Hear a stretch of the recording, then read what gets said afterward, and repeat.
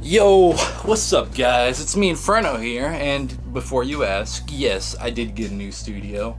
And yes, it is in the same room as the old one, so I guess I didn't get a new studio. Anyway, as you guys might know, I listen to music. That's right, I listen. Why do you think they called me the human hearing aid back in college? But as a music listener, you'd think I'd be acquainted with Spotify, like many others are. But that assumption would be wrong. And that's because I use YouTube Music, YouTube's very own streaming platform. Aside from, YouTube. As you all know, YouTube is the premier video streaming site, but what is less known about is their music streaming application, which is basically like their own version of Spotify. So today, I'll be talking about the history of YouTube Music, and some reasons why I like/don't like the service, as well as comparing it to the competitors on the market.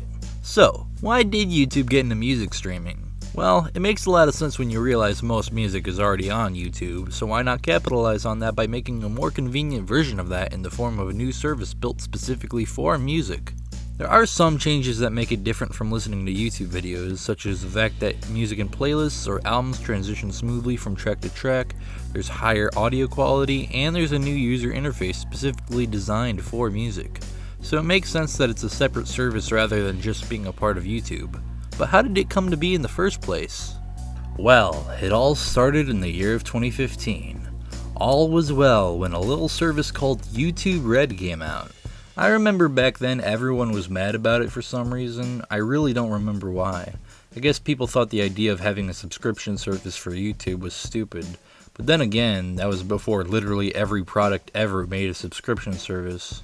Strangely, there's still no subscription service for heavy water and uranium though, so can somebody get on that? But nowadays the service is called YouTube Premium, and I actually subscribed pretty early into its life, because I really wanted to watch Vsauce's Minefield, which is still an amazing series and along with all the other YouTube original exclusives is now free to watch.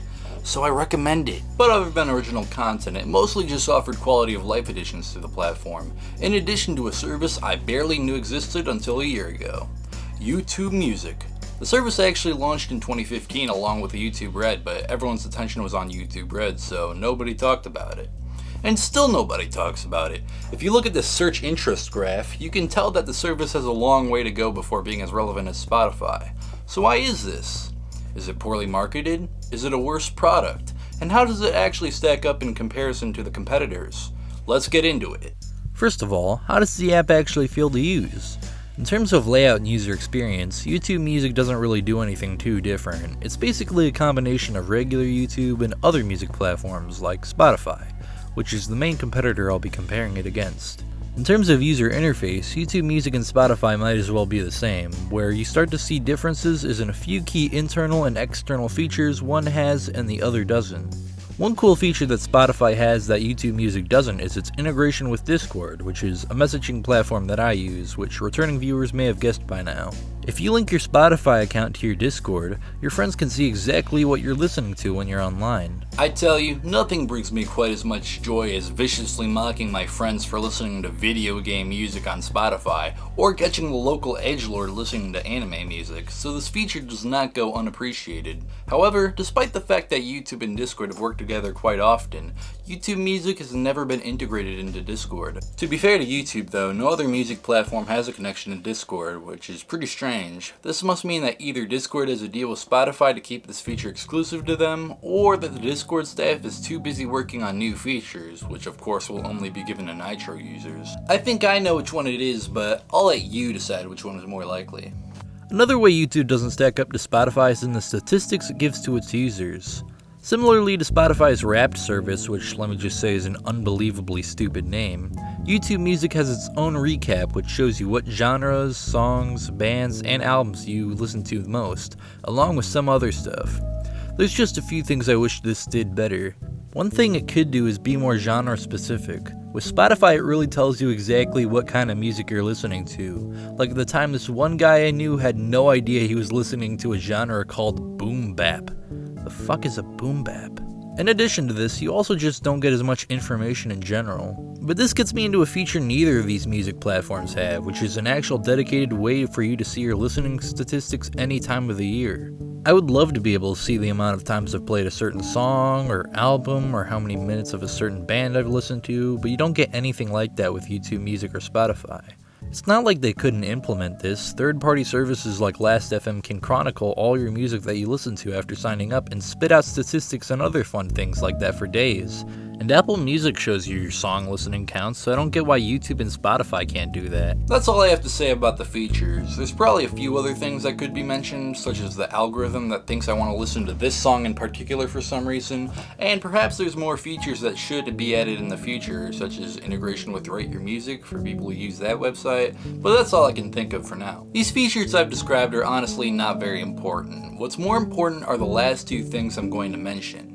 First up is exclusive content. When it comes to music, the vast majority of it can be found both on YouTube and Spotify. There are some standout examples, such as Jimi Hendrix not being available on YouTube, or the many artists that constantly take their music off Spotify but not YouTube. But in general, if Spotify has a song or an album, YouTube Music will have it too, and vice versa.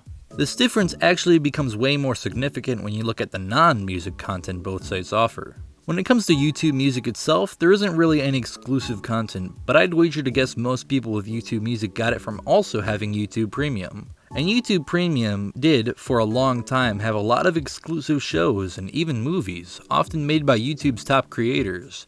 However, sadly this program has been shut down and no more YouTube originals are being supported. But what's good about this is that all these are now free to watch, as I mentioned earlier. However, this does mean that Spotify hasn't beaten exclusive content, most notably the Joe Rogan Experience, which is without exaggeration the world's most popular podcast. It also used to be featured on YouTube, but thanks to this purchase, you can no longer get full episodes unless you go to Spotify. There are a few other examples of Spotify bringing on or creating other exclusive podcasts or content, but Joe's easily the most notable example. Now, as you might have heard, I am a registered member of the Rogang, but sadly since this show has been made exclusive, I haven't really watched a single new full episode of a show, which is but what can you do? I mean, there's a few things you can do, but I won't really get into that. So, if Spotify has YouTube Music beaten features and exclusive content, what can YouTube Music do to recover? And why am I a YouTube Music subscriber? Well, that's where we get to the last and most important category: pricing. YouTube Music and Spotify Premium sit at an equal price of $10 a month each. But as I've explained, most YouTube Music users aren't doing it like that.